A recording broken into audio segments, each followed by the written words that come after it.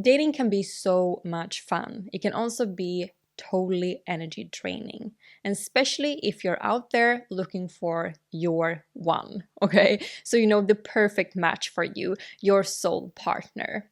So today we're going to talk about the identity shift that you need to adapt so that you can attract your perfect match. And this is the same identity shift which I used to attract my soul partner. I went from a person having really unhealthy relationship patterns to a person that noticed that she usually picked the first person that enters the scene, to the person that could pick and choose her own flavors. And if you want to do the same, this is the best video for you. First and foremost, when it comes to identity shift in general, we need to see that when we have a situation that isn't working out for us and we want to create different results, we need to make an identity shift. That identity shift will help us to create different results. That's like 101 you have to know. So even though you've been drawn to this one and you maybe not even dating, or you maybe have met your match, for instance, you might have been drawn to this video because this is also talking about a deeper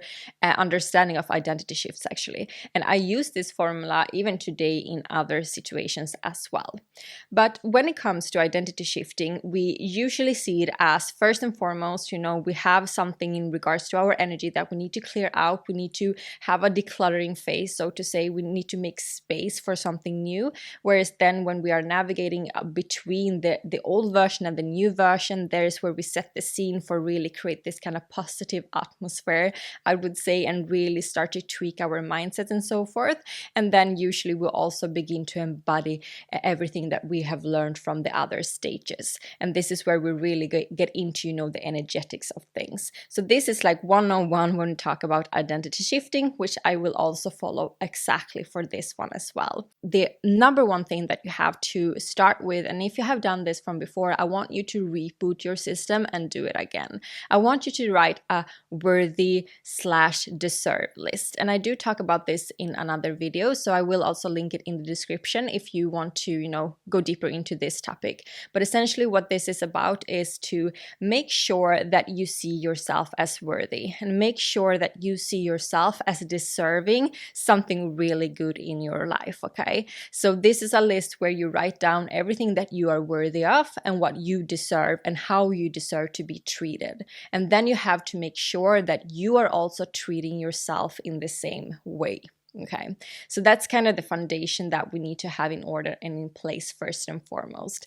The other thing is that we have to talk about values and standards, okay? I will have another video very soon about standards, so keep an eye for that as well. But essentially what it comes to, like the number one thing that totally shifted me from dating guys that was emotionally immature, that wasn't a match to me, to actually dating really good guys, but still seeing that, no, this is not the one, right? And finding my one, what I changed and why I tweaked the most was my standards. Because here's the thing, when you're out there looking for your soul partner, the love of your life, you will become blind to love. This happens for, I think it is a human thing. I think it is a human thing that we actually become a little bit blind to love. So if we don't know our core values, our core beliefs, what we really always will value in our life as what we see as of now, right? And keep those standards to that, we will overlook that and be okay that people behave in certain ways or they have certain qualities which we don't value at all. And that doesn't put us up for success. That is only causing us to have compromises which we don't want to have, and that we try to like a person that had other qualities than we actually don't see as a perfect fit for us. So this comes to, first and foremost, looking into your values. What are my core values in life? What is most important for me? Is family most important for me? Is spirituality most important for me? Is maybe my own personal successes the most valuable for me, right? So you will want to have around 5 core values, which is something that is actually reflected in your whole life. And then I want you to set standards to that. So if you have a core value, let's say me, for example, I have a core value that spirituality and being close to my spirituality is one of the most important things in my life, because I know that from that place I can show up for myself and for others in best possible way. So for me, that was a core value. So I said that I have to have a guy who actually understands these concepts and are practicing these concepts as well. That guy doesn't have to, have exactly the same opinions as I have about spirituality and so forth, but it has to be quite similar actually. So when I met guys that didn't have that aspect, even though they maybe had 4 of other things that was like, wow, this is top of the top, that was the thing that said like, this is not my match. This is a good guy, but it's still not my match. And this is something that we usually do. We see that this person has like 5 really great qualities that we really value, but then there is one of our main values that that person don't have. So we start to tweak. Maybe I don't need that. Maybe, we can meet each other in other ways and so forth. And then it's when we start to spiral down and start to settle for partners that are not a match to us. Okay, so I think that most of the times we are a little bit afraid of setting those values because we get afraid of that. Will I even meet a person who's like me, right? Now we'll be talking about that as well. Your standards help you in taking decisions when it comes to dating. It helps you to take decisions when it comes to going from for the second date, for the third date, for the fourth date, because many times we can date a person a couple of times, still we are quite unsure actually. But if we can always check in with our values and the standards that we set for ourselves, we can be a little bit objective in the situation and say that, well, actually, to be real here, it's not a match. The next thing you have to do in order for you to make this identity shift, we are still in this cleanup phase, right, is to know your patterns. And probably you have been, looking into your patterns. What certain type of relational patterns do I have?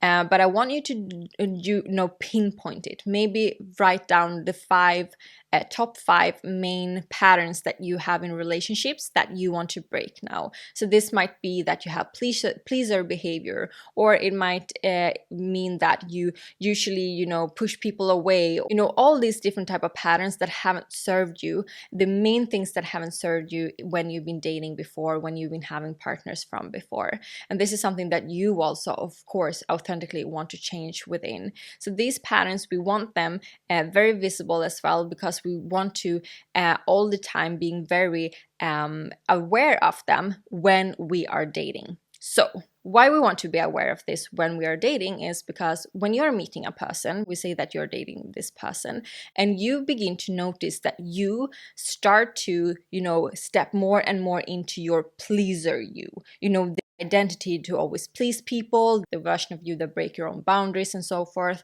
then it's a really great sign that 1, this is not a match to you. This person is only here to mirror that pattern once again that you want to break. And that's why you meet this person right now. And this person is showing you something that you need to grow more into. Or it can be that it is a great person, but it's showing you that here now is your opportunity to step up and actually do something differently in this situation that breaks that pattern. Many times what happens, actually, what I've noticed, the more I don't get helped, quote unquote, in those aspects, is when I'm actually meeting a person that isn't my match. It's just a person that will reflect these patterns so that I can break them. Now, when we've done this internal cleaning, it's time for us to step more into navigating between these 2 persons and step into another type of identity and another type of mindset. And the first mindset we need is the with or without you mindset. The with or without you mindset does actually mean that you're going to do whatever it is that you want to do. All other type of goals that you're having, you will go to do them by yourself. if you want another house, or if you want a live somewhere else, or if you want to go out travel more, you will start to do that. And sometimes it can feel a little bit scary. For me, for instance, I had like this internal resistance when it came to actually traveling myself. I didn't feel called to travel myself either, and I felt that I wanted to have a traveling partner. But then I realized that, wow, well, then meanwhile I can find a traveling partner, or I can actually also meet my fears when it comes to traveling alone, because I am not a person who have difficulties with being alone and being in my own company. I love that company. So that was, not the fear, but it was a lot of other fears. So for me, I did like step by step. So the first trip that I took myself was not to, the places that I really wanted to go. I really have wanted to go to the US. There were so many different places that I would have wanted to go to, but I actually took something within Europe because that felt still it felt a lot of out of my comfort zone, so to say, but I didn't stretch myself that much, so I would just be a nervous wreck when I was on that vacation. That was the best move I could ever have done for myself, because I started to see myself as someone doing everything that I wanted to do, but with that partner. So you have to look into the things that you really are waiting for when it comes to, I will wait for this until I have a partner. And even though it might seem as a big step, or you actually feel that I really want to do this with my partner, you can continue to at least prepare yourself for that. Let's say that you meet a partner that do have exactly the same fears when it comes to traveling for you, then you will still have to, grow through that together until you start to travel together, for instance, right? So that's why it's so important that you really look into your own kind of fears and resistance that you have in regards to living your life without that partner, and instead living your life with or without that partner. When that partner comes into your life, it's just a plus. That partner will join you while you are having fun with life. And that, my friend, is also the best energetic shift that you can ever do for yourself. When you do that energetic shift for yourself, something happens within. You're getting into a totally other vibe, another vibe that is so magnetic. It's so just fun and pleasurable to be in, and people want to join that energy, and you want to be in that energy. Another thing we have to look into, which I see actually is one of the biggest kind of obstacles I see when I talk with people about their own relationships, is that, do you actually have the space for it? Have you made the space for it? You probably heard when people are starting to, decluttering their home and making space in their wardrobes and so forth, suddenly their partner comes in. That has happened for me, or that happened for me, so to say, with my dream partner.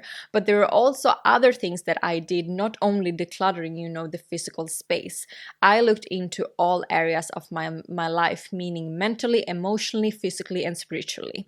So I started to really unpack things in my life and see where I needed to create more space. I was very up in my mind. I was very occupied. If I'm very occupied, will I notice when that guy enters my door, right? Will I pay attention to that person when they come home from work, which I want to do as a partner, right? Will I do the things that I believe that I will do if I have that partner right here, right now? Do I have that space? And just sitting here and believing that I will make space the first thing that I do, that is not it's not reasonable according to me. You need to make an adjustment before you're actually inviting a new person into your life, because you're opening up that energetic space. Are you in your pleasure era, for instance? Like, are you really in your flirtations, fun, excited era when you are, looking for your match? Because if you're not, chances are that it will not be so much fun in the bedroom that you picture yourself to have if you are not in that era already. Or you will not have fun jokes with each other and fun conversations with each other, because you are very, very serious at this point, because you are busy in your mind, occupied with things that makes you serious. Or is it that I'm continuously going back to how my relationships has been from before? If I keep on having my energy in the past, I don't have space for the future. right? So we really need to look deep into where is it that I'm not holding space for this person. 3 more things, and these are the juicy ones. Now we're going into, the energetics of the identity and identity shift. And we're going to talk about the biggest lie that you've probably been told when it comes to dating. And it's the lie of that you can't have all in one person.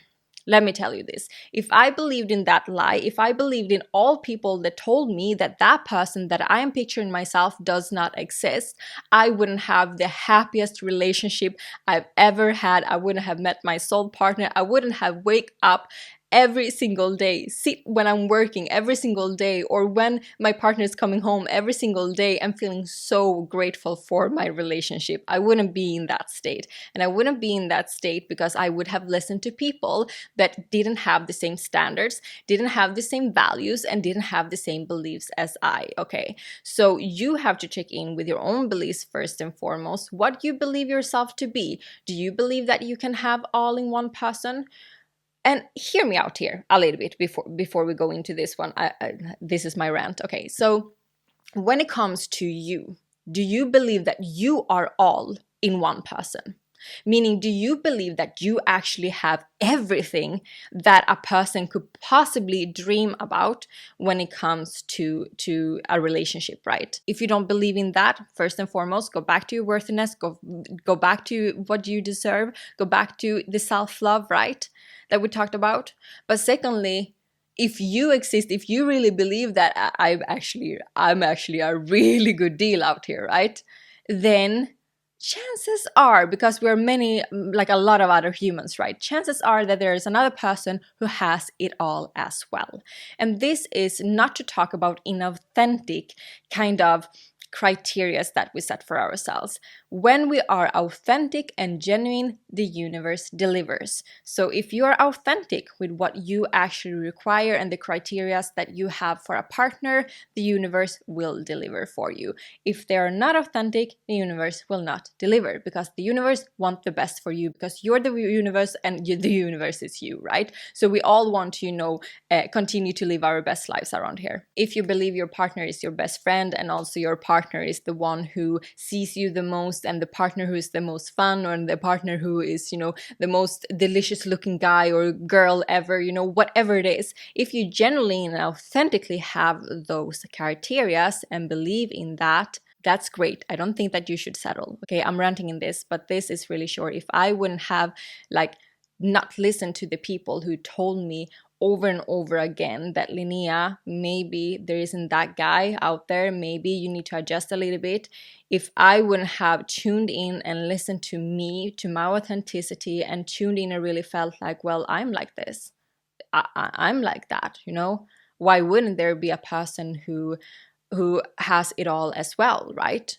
If I wouldn't have listened to that, I think that it would have taken a much longer time for actually meeting my person. This leads us into have settle for more mindset. The settle for more mindset means that when you think about the different type of aspects, like this is how we communicate in our relationship, this is the person that I really want to be with, the person has these and these and these aspects. What you tell after this, you say, and more. Please, more and more. Thank you, more and better than ever imagine. Because when you set out the and better than ever imagine, you open up the possibilities to actually spot people that has better than ever imagine. Because in your limited self, so to say, if you decided for a person will have these and these qualities, you will only be focused and tunnel visioned on that. But if you set out to be better than ever imagine, that I can imagine right now, you also set yourself up for success, and you set yourself up for actually seeing the person that you may not have been spotted first. Today I have a partner that is better than ever imagine. I'm thinking about it so often. I'm just like, I could never have thought or think about a person who have these qualities, or are, behaving in this type of way towards me or towards others people, or, have these type of thoughts or whatever, right? There are so many different examples where I was limited in my own space at that moment. So I couldn't even foresee that there was a person that had all these qualities and better than ever imagine. And this leads us into, the feeling that we can feel that everything is unfair. It seems that everyone around us start to meet people, everyone around us maybe start to create families, if that's what you're after, or everyone around us are like going for these trips with their partners or whatever, right? And we are feeling like, I'm still here on the market, and we are start to wondering, the people that we maybe date, we're just like, why are you at the market still? Because we are just seeing good couples around there not being at the market any longer, right? And you start to like wonder that, okay, is there just the people that are left here for me or what? Okay, that's not the case. That's not the case. I want you to look into the 3 main things that are your biggest advantage. Your biggest advantage with yourself when it comes to attracting your dream partner and make the identity shift. Why I want you to do this is because we get so empowered and we actually start to tune into what is our attraction power, so to say. So for instance, one of my biggest advantages was that I'm actually very good off alone. Okay, I like my own company, and I necessarily don't see myself needing a partner. This might sound weird for many, and many might say to me, I've heard this before, that people are saying that, well, maybe that's just because you have some kind of childhood issues from the past and so forth. No. After I grow through those and really evolved and understood things about my background, I also understood that I am a person that actually like my own company, and I can be with me, with or without, so to say. Because if I do not find a person that do have these standards and the standards that I set, and have what I value in a relationship, I decided that I'm so good without. I do not settle any longer. I set my out for success. Many people want another partner, and I want that too. I said that, like, I want it would be fun. That would be the most fun experience, I see it as, but that is not necessary. I don't need it. And I know not all people can have that advantage, but that is my advantage. Okay, so when I tapped into that, like truly like became so authentic with myself about that, I think that I met my partner maybe, I think it was like 2 weeks later or something. What is your advantage? What is your advantage when it comes to attracting people into your life, maybe? What is your advantage when it comes to, being totally detached in this manifestation? Find out where is your advantage in the dating scene, because many times we can feel that we are unlucky people, so to say, and it doesn't happen for us and nothing is happening for us and so forth. And that is not true. All of us have unique advantages which we can use in this scenario. That's the identity shift. Okay, so now we are done with the identity shift. I just want to discuss the question of, but where do I meet this partner? So where do I meet this partner is not as important as you might think. Or how do I meet this person is not as important as you might think as well. The only thing that you need to do is to set yourself up energetically, and then you need to take inspired action on that energetics. So the first thing that I want you to do is start to really tune into the energy of that person. How does that person feel? And you can have that as a practice, on a day-to-day. Just sit with yourself, tune in 2 minutes or so, close your eyes, and then just like feel into like, how does this person feel? My match, my perfect match, the love of my life, how does that person feel? The person feels kind, the person feels very energetic, the person feels maybe expansive, the person maybe feel very light. I remembered my person had a lot of, yellows around, and I was like, oh wow, this is probably a very humoristic person. I haven't really seen that was a thing, but I think actually he is. And my partner he was totally like a comedian or something in his past, I gotta tell you. And so that is what I did. And you see, that's why I started to actually recognize my partner before I even met him. I started to pick up on things intuitively. Our intuition is so wise, right?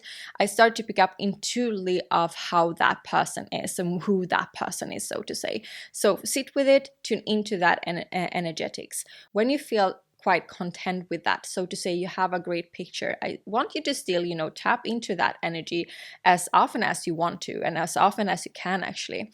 But the next step is then to take the inspired action. So from that space, now you're in the energetic space of feeling into that person, you will ask yourself, what do I need to do?